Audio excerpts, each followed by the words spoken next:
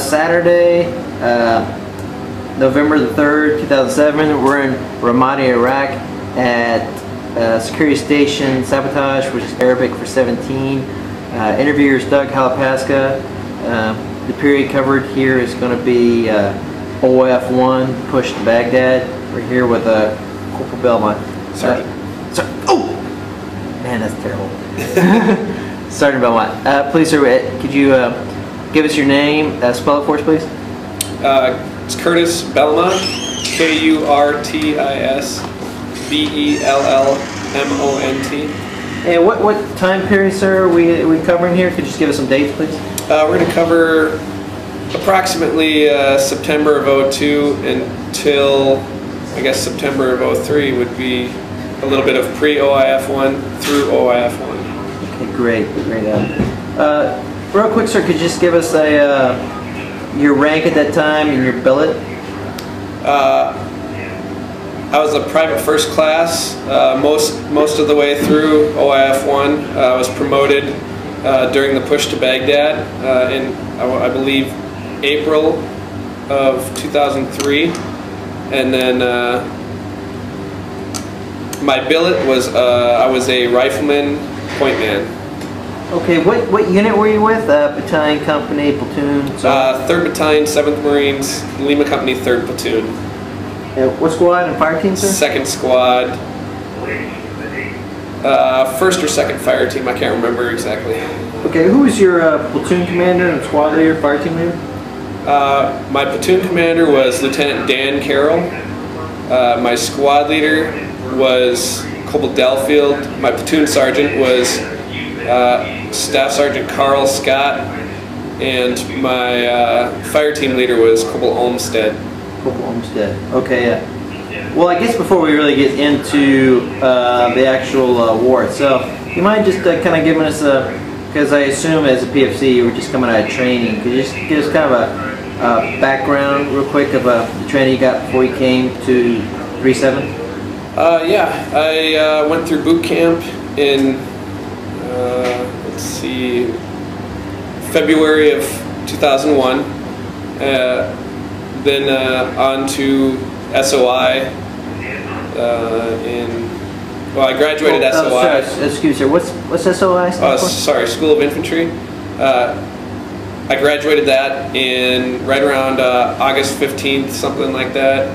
And then I went out to Amphibious Reconnaissance School, or ARS, out in Norfolk, Virginia. Oh, I assume not everybody in SOI goes to Amphibious Warfare School? I mean, no, I took the reconnaissance INDOC in School of Infantry and passed, so they accepted me and sent me out to ARS. How many of you actually were chosen to go to ARS? I think there was only a few of us. So, 2 or 3, I can't remember. Oh, really? 2 or 3? So I assume we have a class of what, 100? Have SOI? Something like that. I couldn't give you an exact number. Between 100 and 200 guys. Okay. I understand you were injured at that time? Yeah, I actually fractured my leg in SOI right at the very end. Wasn't sure that it was fractured.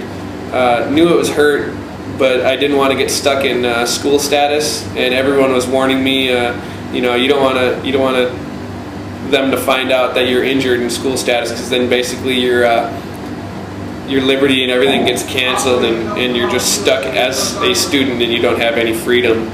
So they said, get to where you're going and then go see the corpsman. I assume on a fractured leg, I mean, you're at Amphibious Warfare School. I assume there's quite a bit of physical training going on at that time. I mean, how did you? Yeah, as soon as I got out there, you know, first night checked in, relaxed, and then the very next morning, first thing we did was meet our instructors and then run a PFT, or a physical fitness test. And after the 3-mile run, I finished it in 24 minutes, which was extremely slow for a healthy reconnaissance Marine, or someone that, you know, is good enough to get into it. And but I figure it's not so bad if you know can do 24-minute 3-mile with a fractured leg. But afterwards, I couldn't walk and ended up having to go to the hospital and get it off X-rayed. Took them a little while, but they found it. Okay. So you ended up graduating from the school, I assume? I mean, it took you a little longer? No, actually, they when they found out I had a fractured leg, I begged for them to, wait until I was fixed and then send me through the school. But they said I couldn't, wait around. So they sent me to a Victor unit, which was 3-7. They sent me out here in September, right around September 20th of 2002. So you did graduate from Amphibious Warfare School? No, I just got transferred because I was wounded, or not wounded, injured. Okay. Would you? Where's 3rd Battalion 7th Marines located? What base? 29 Palms, California. Okay. I guess I don't want to go too far into training because I believe you've done some earlier interviews where you covered a lot of the training up to OIF1. I guess where I want to start is I understand you were on leave when you got the word that y'all were deploying to Kuwait? Yeah, we had about a 3-week leave block. We got back, I want to say, on the 7th of January. Could have been the 9th. My dates are a little rusty. And as soon as we got back from leave, all the guys were talking about how some of the guys had gotten called back early from leave. One of which was Corporal Jones. He got called back. He was the armorer, or at least the custodian. So he had to help. And he's the one responsible for the weapons. For all the weapons, yeah. He had to make sure that all the weapons and optics and everything like that was serialized, ready to go, accounted for. And then we found out that we were leaving, and January 21st we had to be out the door. Okay, so you got back from leave, and there was sort of it looks like a week, 2 weeks before you flew out to Kuwait. I mean, I imagine it was pretty hectic during that time. Do you mind just explaining kind of what was taking place? What were y'all doing before leaving? Was there any weapons training or anything? I don't really remember much weapons training. I want to say the most of the work we did prior to it was administrative, getting everyone's wills, powers of attorney, everyone's pay correct, and everything takes a lot when you got to push a whole battalion through one office. That'll be 4 days of work. 1 day for each company, and then or 4 or 5 days, whichever. And so each company's kind of got this schedule set up. So I may individually not be busy the entire day, but the company's busy the entire day. So that I think it's kind of a waste of time. But it kind of has to be, in order to be thorough and make sure everyone gets their work done. Okay. I imagine during those 2 weeks y'all probably didn't really have much off time, did y'all?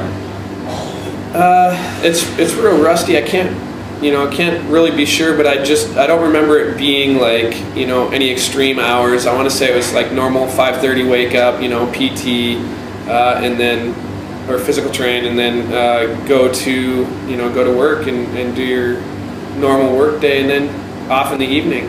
I think they're about since it was such short notice of us being pushed out, they wanted to try and get us some off time with those Marines that were married. Get them some off time with their families and stuff. Okay. Was there any? I assume since you're going to a foreign country, I guess you had to be inoculated for a number of different... Oh yeah, we had to get all kinds of shots and stuff like that. I wouldn't be able to tell you what shots we got or anything, other than anthrax and smallpox. I remember getting those for sure, but other than that, I don't remember. Oh, okay, yeah, because the concern was at that time that the Iraq, Saddam Hussein's regime had biological warfare agents and whatnot. So okay, correct. I forgot a lot about that. Okay. So what day did y'all fly out, and how did you fly out of the States to fly to Kuwait? We took buses.